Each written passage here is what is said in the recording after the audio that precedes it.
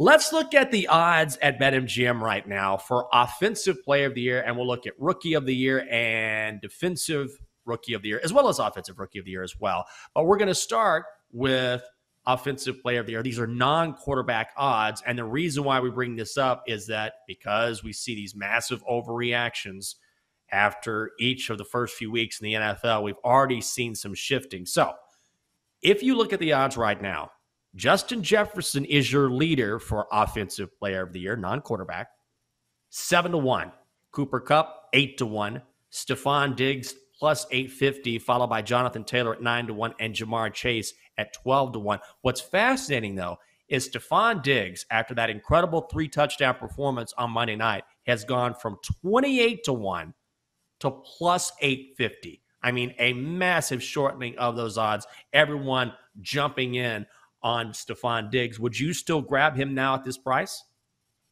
I don't think so, because this is not really a buy low spot on him. You already missed the mark on Stefon Diggs. I think the problem is that the Bills have way more receiving options than if you look down the list at some of the other guys here, because I think it's still Cooper Kupp. I know it's the squarest play just because he won last year and was amazing, but so far he is still the go-to number one guy for Matt Stafford and is already putting up big numbers. So I know you're not getting a ton of value on Cooper Kupp, but hasn't he proven that he's nothing but dependable? So far this season, 236 yards already, averaging 9.8 yards per reception and 3 receiving touchdowns so far this season. So when it comes to stats that jump off the page, it's still Cooper Kupp for me. And I feel like there is nothing that's standing in the way of him having another huge season, especially because look at the Rams receivers. I still feel like there's nobody that's really going to compete for him for some of those catches. Looking at the Bills, I know that Stefon Diggs is clearly the number one receiver, but I feel like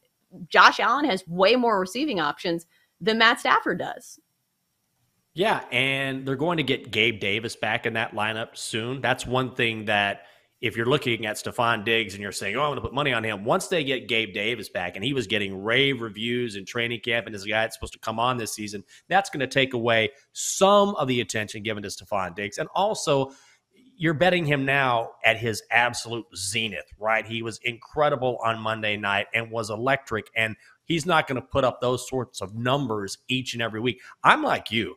I'm going, and nothing against Stefon Diggs, who is electric in his own right, but I like Cooper Kupp at 8-1 because this is a guy who we know from the past couple seasons, as you mentioned, he is more of a go-to guy, I think, because Matthew Stafford doesn't have as many options. And also, this guy won the Triple Crown last year. So Cooper Kupp at 8-1 is a guy, that's where I would put my money. I didn't hear anything about Justin Jefferson. Now, maybe this is a buy low spot for him, even though he's at 7-1. He's fallen back just a little bit from 6-1 last week.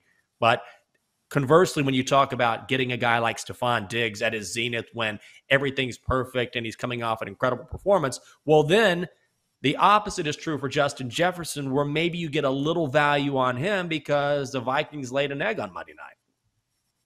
Yeah, but the odds haven't shortened much. An extra $1 on his odds. Now he's plus 700. Here's my question. If you think it's truly one of these top guys, couldn't you put a little sprinkle on all of them and still make a profit? I think the sabotage factor is, do you think that there is somebody further down the list that could come out of nowhere and swipe this award? I think if we have somebody who's not on our list right here, do you think Tyreek Hill can still contend for Offensive Player of the Year, even though he has a quarterback who, I know he had one great game. Tua looked great, put up 469 passing yards in that game against the Ravens. But do you think Tua is still kind of holding Tyreek Hill back if it comes to competing with some of the best receivers in the league? Ooh, that's a good question. You know what? We're going to find out this weekend because that Bills defense, which is going down to Miami, is number 2 in the NFL right now. They were number 1 overall last season. So let's see how Tua and Tyreek Hill fare against a great defense and a great secondary, as opposed to a Ravens secondary that continues to be banged up. But look, Tyreek Hill is fantastic. All you got to do is get him the ball in space and he takes off. So if you want to put some money on Tyreek Hill, I can't fault you for that, but I want to see how he fares against a really good secondary as opposed to what the Ravens are putting out there. I think another interesting thing is we're not seeing any running backs even included on this Mm-mm. list. And honestly, usually it is a steep uphill climb for a running back to win this award over a receiver. But so far, Jonathan Taylor is playing for a Colts team that's looked absolutely terrible. Derrick Henry has been shut down. And some of that's the offensive line. But do you think we see a running back get back in the case for Offensive Player of the Year? At some point, I do think Jonathan Taylor has a big game. I was just going to say that. Well, we've seen the line move in Indianapolis' direction because that line against the Chiefs and the Colts are playing at home against Kansas City. That line opened Chiefs -6.5. Now it's Chiefs -5.5. That moved, I think, during our show. So incredibly, money is coming in on the Colts. But if Jonathan Taylor is going to have a huge game, it needs to be now. So 9-1, I don't necessarily mind the value on that, but I've got to see more because he just has not gotten it done. And then again, no one on that Colts team has gotten it done. When you look at Offensive Rookie of the Year odds at BetMGM Chelsea, right now, Drake London from the Falcons is your leader at 6-1, opened at 10-1, or was it 10-1 2 weeks ago? You've got Garrett Wilson 8-1, Jahan Dotson 8-1. How in God's name is Malik Willis at 20-1 to win Offensive Rookie of the Year? The Titans are not going to play Malik Willis. I can't even speak. Malik Willis at 20-1. He moved from 50-1 to 20-1 in 1 week because he got some garbage time snaps against the Bills.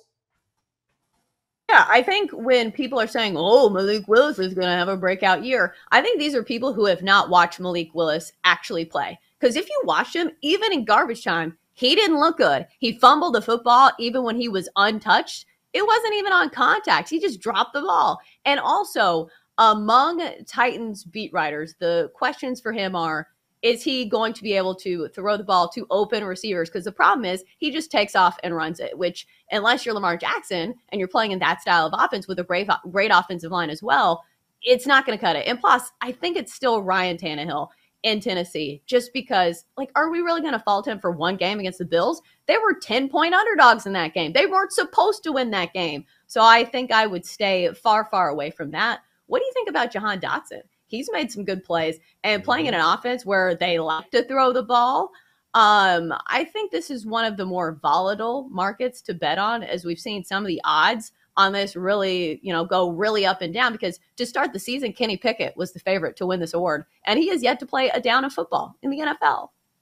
Yeah, I would not put any money on Kenny Pickett. And even if he does play, just because you're the starter for a team and you're a rookie doesn't mean you're going to come in and just start lighting it up, particularly in that Steelers offense. Yeah, I love Jahan Dotson at 8-1. And I know Double D loves that because he's a Penn State guy. But the thing about Jahan Dotson is, number one, is the guy can fly. He's a hell of a receiver. But also in that Commanders offense, they have Terry McLaurin and Curtis Samuel. So all of the focus, and rightfully so, is going to be on Terry McLaurin because he is unbelievable. And that's just going to free things up for Jahan Dotson. And also, credit where credit is due, Carson Wentz has been very good through 2 games. He'll have some of those moments where you're like, what are you doing? You're falling down and you're throwing to a defensive lineman, and then he'll air it out and throw a beautiful pass. So right now, the Commanders' offense has been great. I love Jahan Dotson at 8-1.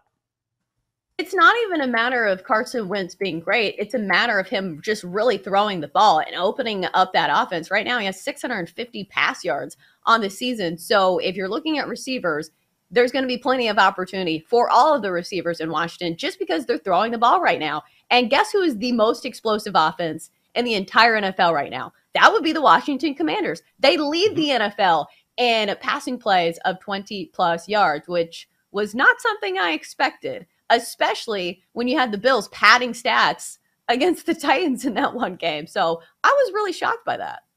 Yeah, I was too. Although I got to mention my guy, Brees Hall. He is short from 18-1 last week to 12-1. I know he plays for the Jets, but they're starting to integrate him more into that offense. I'm not going to just toss him to the side after a couple weeks of the season, still like Brees, because he can do it all out of the backfield.